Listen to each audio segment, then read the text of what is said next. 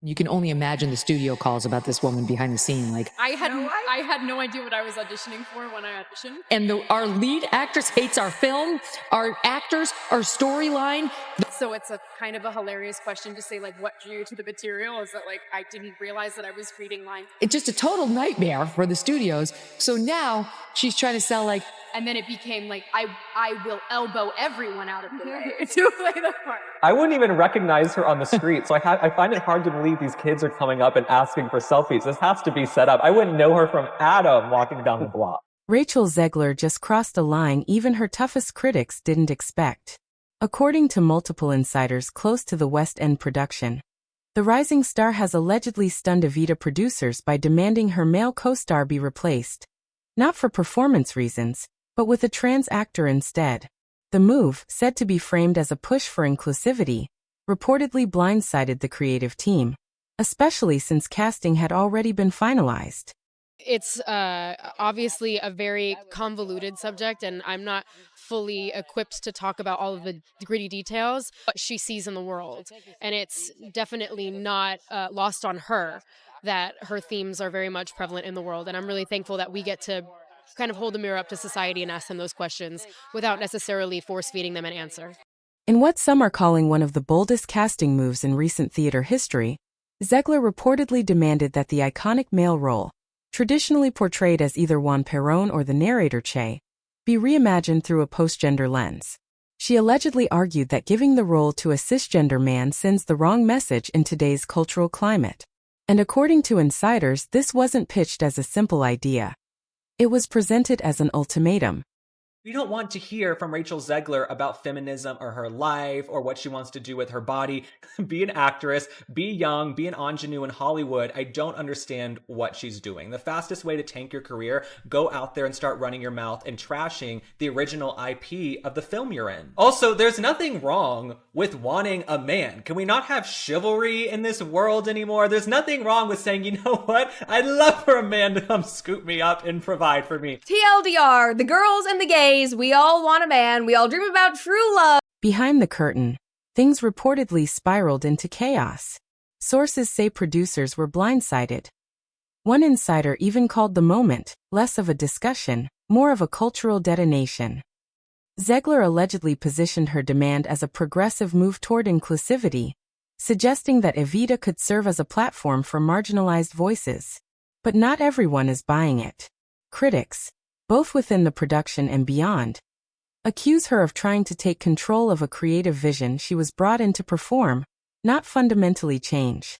Of all of them, the precision that it takes to do what they do, to get notes on the daily and incorporate them immediately. It's like such an ensemble piece. That's our last week here. I feel like Diego really became a man here. I did. I grew out my facial hair. I'm still working on it. I just put my blonde wig on for the first time, and I'm thinking about becoming a blonde. I'll show you a photo. I'll show you a photo. Together. Oh my God. Wait, right? Rachel. It's wild. And the backlash? Instant and intense. Theater traditionalists are calling it a betrayal of the musical's legacy. Argentinian voices are reportedly outraged, labeling it a clear case of cultural overreach. Even some progressive critics aren't on board, saying the move feels more like self-promotion than genuine representation. So what really went down behind the scenes? And why are some insiders now warning that the entire production is on the verge of collapse? Stick around, because at this point it's no longer just a casting dispute. It's a power struggle. And what's unraveling backstage could reshape the future of theater itself. It looks like all this agenda is for the sake of girl power, for the sake of wokeness, for the sake of ridiculousness and stupidness that women bring to entertainment much of the time nowadays. When all a woman really has to do is be attractive and don't screw it up. That's all a woman really has to do in media. For those who've been keeping an eye on Rachel Zegler's recent rise, this latest controversy might not feel all that unexpected. The once celebrated breakout star of West Side Story has steadily become one of the most polarizing names in entertainment, largely due to a growing pattern of ideologically driven actions. Her press run for Disney's Snow White reboot spiraled into a PR nightmare after she openly mocked the original storyline, labeled the prince creepy, and brushed off the romance as outdated and irrelevant. Disney, get your girl. Rachel Zegler is making it very difficult to be excited for the new Snow White movie that's supposed to come out next year. If you are living under a rock, there's been a lot of controversy about the fact that Rachel Zegler is playing Snow White in the film. That's not where my problem comes. I'm all for it. Go for it. But what she's doing in press, and these are interviews that I believe were done before the actors' strike, but of course are now being brought up on the internet. She's basically talking about how much she didn't like the actual original movie, even saying that it scared her. And then talking about how the love story in this isn't really going to be at the forefront, that the prince, yes, has been cast, he's in it, but might be cut, Hollywood, and that the prince in the original film was problematic and was creepy because he was stalking Snow White. I just can't believe that Disney's PR hasn't silenced her on this yet. The live-action movies already have a problem where people are kind of over them and they don't like the changes that are being made from the originals to these. And with this one, we're definitely going to see some change. At one point, she even dismissed the original film by saying, "It was written in 1937, implying it no longer held any real value." The backlash was swift and fierce. Fans accused her of disrespecting a cultural classic, twisting beloved stories to fit a narrow narrative, and turning every interview into a platform for personal ideology. But rather than backing down, Zegler doubled down, painting the criticism as evidence that society still can't handle outspoken, opinionated women. Disney is delaying Snow White over a year until 2025. You're just giving Rachel Zegler more time to ruin the PR for this movie once the strike is over. Yes, talking about how we don't need a prince. Maybe that's why they're delaying it. They're reshooting the whole thing to get rid of the prince. Teens and Screens, a report came out this week. Apparently, Gen Z doesn't want to see any romance. What seems strange to me is that stories and entertainments used to be a way that you could see examples of what you could live up to, showing us traditional stories, traditional archetypes. And now the idea is that if what you're seeing on screen doesn't mirror your life, there's something wrong with on screen. And I found that to be very bizarre. Like, I can see things on screen that I think are authentic, even though they don't mirror my exact. From Snow White to Evita, a pattern has started to emerge. Step into an iconic role, criticize the original, and push to reshape the story from within. Supporters view her as a bold trailblazer, someone unafraid to challenge outdated norms and speak uncomfortable truths. But critics argue she's not reimagining these stories, she's steamrolling them. And when she allegedly entered Evita rehearsals demanding the production shift to match her personal beliefs, many saw it as just another scene in an increasingly predictable script. Rachel Zegler led Disney to their biggest failure in 100 years with Snow White, and now she just flopped again on Broadway. And before Rachel Zegler got started doing movies, she was actually a popular theater actress in New York City who was known for doing productions like Little Mermaid. That was a big reason she was able to beat out the other 30,000 actresses auditioned to be in the movie West Side Story, which was her first performance. But that movie ended up bombing hard, where it only made $76 million on a budget of $100 million, and after marketing and ticket splits, it actually lost $120 million. But still, her director Steven Spielberg loved working with her, so he actually recommended her for Disney for the role of Snow White. The movie had a lot of hate going for it, the right calling Rachel Zegler too woke, the left saying that they didn't like Gal Gadot because she was an Israeli veteran, and also at the same time many people just being sick of Disney reboots. And it flopped hard, making only $200 million on a budget of $270 million, which means after marketing and ticket splits, the movie actually lost around $250 million for Disney. And now Rachel Zegler tried to return to theater to make a recovery, doing Romeo plus Juliet on Broadway, but the problem was ticket sales just weren't that good. With people calling the play just average, saying it was a bad attempt to get Gen Z interested in theater, and with that I'm Charles Perrault, please subscribe to learn something. But this time, the stakes were even greater. Because this wasn't just a fictional fairy tale. This was a real historical figure, a cultural icon deeply tied to a nation's identity. And what Zegler allegedly did next left the entire production in complete shock. People are really mad at Rachel Zegler. Because of the actors and writers strikes that are happening in Hollywood, she just did an interview where she demanded to have her salary increase. I'm going to stand there 18 hours in a dress of an iconic Disney princess. I deserve to be paid for every hour that it is streamed online. But considering she's making millions of dollars playing the role of Snow White, many became infuriated by her comments, saying sarcastic things like she has the perfect attitude for a Disney princess, and she seems like a ball of sunshine. Yeah, this girl doesn't really help the movie. The more she speaks, the less people want to watch it. And users in the comment didn't hold back. She's paid for a movie nobody asked for and still nobody wants. Yep, and another one, bro, she just blew up. Can she chill? She's been in like 3 movies. Exactly, To grasp how explosive Rachel Zegler's alleged casting demand really was, you first need to understand the role she tried to change.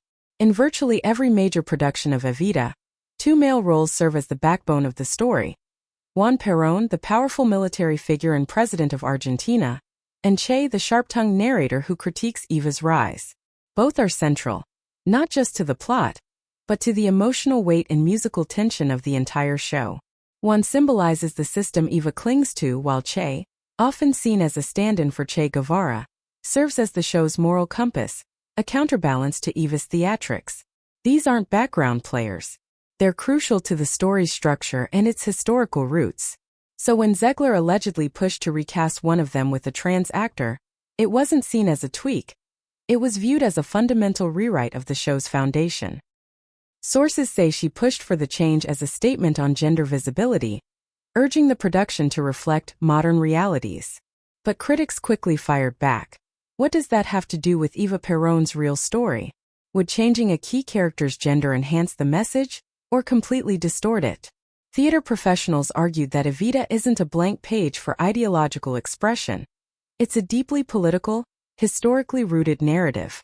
By inserting present-day gender politics into a 20th-century Latin American context, Zegler wasn't just stretching the script. She was, in their eyes, rewriting history to match her worldview. And for the production trying to stay afloat, the impact was immediate. Insiders say Zegler didn't frame it as a suggestion, but a demand. She allegedly sat down with the creative team and declared that the current casting didn't reflect what she called a post-binary generation. She argued that hiring a cisgender man, no matter how talented, was out of step with where the art should be heading. One insider claimed she even used the phrase "make Eva matter again," pitching the move as a way to modernize the show's message. But it didn't stop there.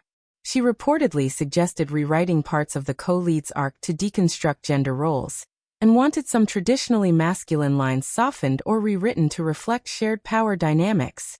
For longtime team members, some of whom had worked on Evita for decades, the entire exchange was surreal. One crew member likened it to watching someone try to rewrite Shakespeare in the middle of rehearsals. And while a few may have quietly agreed with her vision, many were stunned at how aggressively she pushed for the changes. A producer reportedly said, "It wasn't collaboration. It was transformation, but only on her terms." Suddenly, the production found itself torn between honoring the original and dodging a cultural firestorm. They weren't just staging a musical anymore. They were now navigating a culture where they never meant to enter. But the real storm was just beginning. Word of Zegler's alleged demands began spreading among the cast and crew, and the backstage atmosphere reportedly unraveled. Two separate sources say frustration grew over Zegler's behind-the-scenes influence. Some crew nicknamed her the unofficial showrunner. Others admitted they were afraid to speak up, scared that any criticism could be painted as anti-inclusion. One cast member reportedly said, "We all want to be part of something progressive, but this felt more like an activist campaign than a revival." Rehearsals became tense. Scenes were reshaped. Dialogue was reworked, allegedly to reflect Zegler's ideals more than the show's original tone. The director, caught in the middle, was said to be walking a political tightrope, trying to honor the script while managing a lead with massive star power. Meanwhile, the production team met in private, trying to figure out how far they could go without violating licensing deals with the estates of Andrew Lloyd Webber and Tim Rice. That's when things got serious, because too much change could risk lawsuits, pulled rights, or even full cancellation.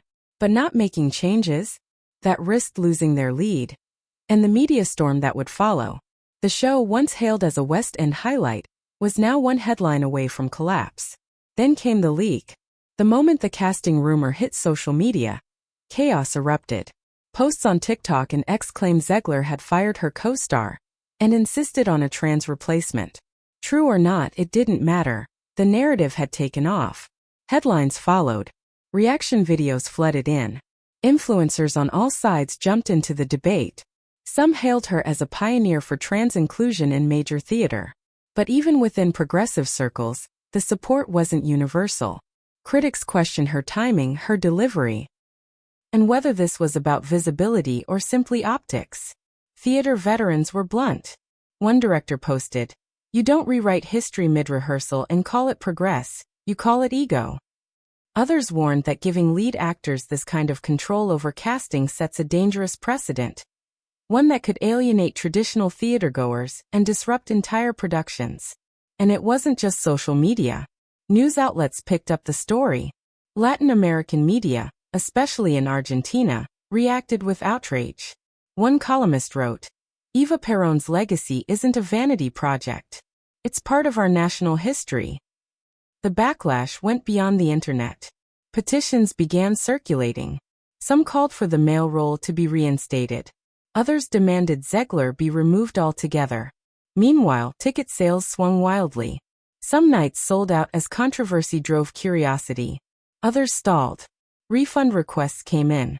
A source close to the production said, "We don't know if this is a disaster or a sellout hit in disguise." Backstage, tensions were boiling. Cast members were split. Some agreed with Zegler's push for change. Others felt like they were watching the show unravel. One actor said, "If this flops, she's the only one they'll blame. And maybe that's what she wants." Another added, "It doesn't feel like a play anymore. It feels like politics dressed up as theater." But the loudest reaction came from Argentina, where Eva's story isn't just theater. It's sacred. To many Argentinians, Eva Perón is more than a character. She's a national symbol, controversial, revered, and still politically relevant. So when news broke that an American star was allegedly altering her story to fit modern Western politics, the backlash was immediate. Argentine media called it disrespectful. Politicians, historians, and artists all weighed in. One historian said, "You don't honor identity by rewriting history. You honor it by telling the truth." Even some LGBT+ groups distanced themselves from the idea, stating that inclusion matters, but not at the cost of distorting cultural legacy. Through it all, Zegler stayed silent. No statement. No interviews. Nothing. And that silence only added fuel to the fire. Behind the scenes, producers now faced international pressure, legal concerns, media storms, and even cultural diplomacy fallout. A musical revival had become a geopolitical mess, and the industry took notice. In Hollywood and Broadway circles, her name is now being whispered. Not with praise but with caution. Yes, she's talented. But producers are reportedly asking, is the drama worth it? One executive said, "She could be the next big star, if she learns to read the room. Right now, she walks in like she owns the script." Another insider called her brilliant but exhausting, noting that every project she touches seems to spiral into controversy. Some brands are backing away. Some casting directors are hesitating. Zegler may believe she's fighting for something bigger. And maybe she is. But with each bold move, she's burning bridges in an industry built on trust and teamwork. From Snow White to Evita, the pattern is clear. Take a beloved classic, challenge its core, reframe it ideologically, and brace for impact. But this time she may have gone too far. Because Evita isn't just another role. It's a cultural monument. Altering its legacy for political messaging doesn't read as inclusion. It reads as ego. And audiences seem to be running out of patience. The question now isn't whether Rachel Zegler can survive the backlash. It's whether she's become too controversial to carry the very story she says she stands for. Let us know in the comments. Is she changing the game or rewriting history for clout? And don't forget to subscribe for more deep dives into the drama, chaos, and culture wars unfolding in Hollywood and beyond. Because if this headline shocked you, trust us, the next one might hit even harder.